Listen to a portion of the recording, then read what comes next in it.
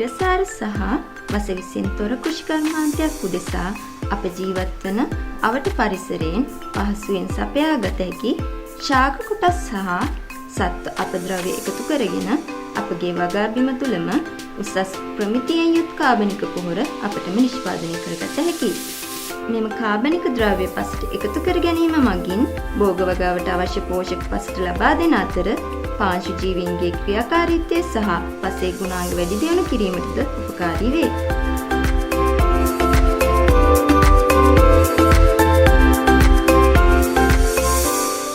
Compost නිෂ්පාදන ක්‍රම කිහිපයක් ඇති අතර අද අප කතා කරන්නේ ගොඩ ක්‍රමයට ශුද්‍ර ජීවීන් මගින් කොම්පෝස්ට් නිෂ්පාදනය කිරීමයි.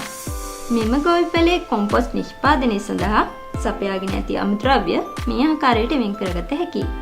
දිරීමට පහසු කාබන් නයිට්‍රජන් අනුපාතය අඩු අමුද්‍රව්‍ය.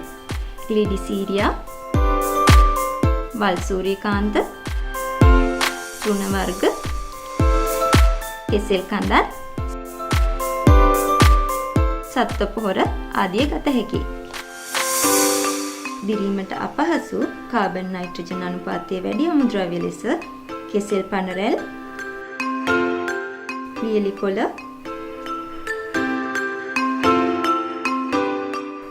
පිදුරු වැනි දේවල් යොදාගත හැකියි.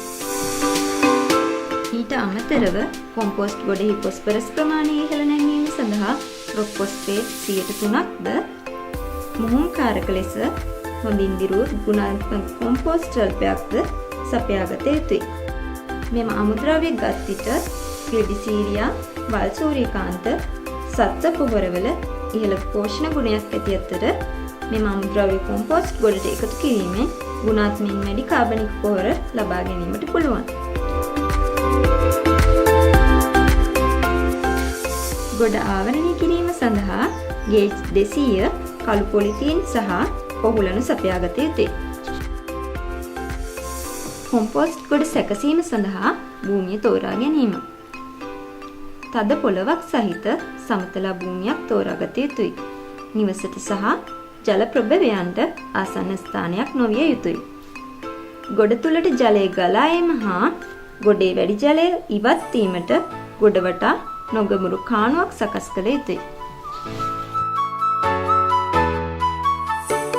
ගොඩේ ප්‍රමාණය තීරණය කිරීමේදී අමුද්‍රව්‍යවල ප්‍රමාණය මත අඩි 5ක් උස, අඩි 5ක් පළල, දිග අවශ්‍ය ප්‍රමාණයට ලකුණු කරගත යුතුයි. මෙම තත්ත්ව පවත්වා ගැනීමෙන් අමුද්‍රව්‍ය ජීර්ණය සඳහා ශුද්‍ර ජීවීන්ට අවශ්‍ය ප්‍රශස්ත උෂ්ණත්වය ලැබේ. එමෙන්ම ගොඩේ ඇතිවල් බීජ මැරී යාම, රෝගකාරක විනාශ වීම, අහිතකර ශුද්‍ර ජීවීන් මැරී යාම සිදුවේ. පළමුව සලකුණු කරගත් කොටසේ විසිරී යන ආකාරයට අඟල් 10ක් 8ක් පමණ උසට ඝනකම් පරණැල් හෝ වියලි කොළ අතුරා ගන්න. දෙවන තට්ටුව ලෙස අමු කොළ තට්ටුවක් අඟල් 6ක් පමණ උසට අතුරා ගන්න.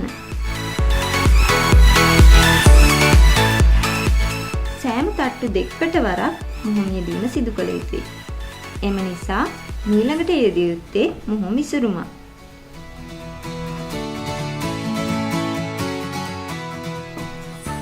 ඊළඟට දිරීමට කල්ගත වන අමුද්‍රව්‍යයක් ලෙස කෙසෙල් කඳ කැබලි යොදාගත හැකියි.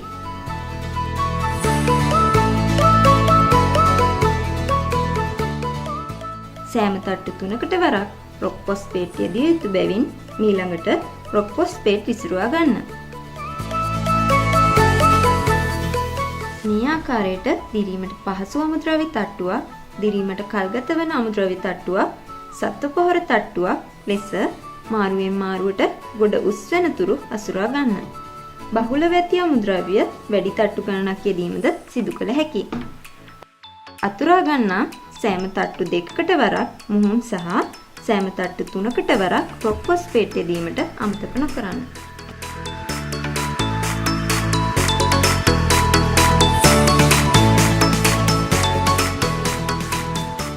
වියලි කොළ තට්ටු යෙදීමේදී හා තෙතමනේ අඩු ශාක කොටස් යොදා ගැනීමේදී තෙතමනේ පවත්වා ගැනීමට ඒ තට්ටුවට ජලය යෙදීම සිදු කළ යුතුයි.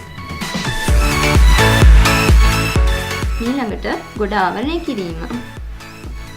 මේ සඳහා ගේජ් 200 කළු පොලිතීන් භාවිතා කරයි. කොම්පෝස්ට් ගොඩෙහි පහළ සිට අඟල් 10ක් 12ක් පමණ ඉඩ තබා ජලය නොරැඳෙන ලෙස ආවරණය කරගත යුතුයි. පොලිතීනය ආවරණය කර කොහුලනු මගින් තදින් බැඳ පොළවට සම්බන්ධ කුණ්‍යවලට ගැට ගසා ගන්න.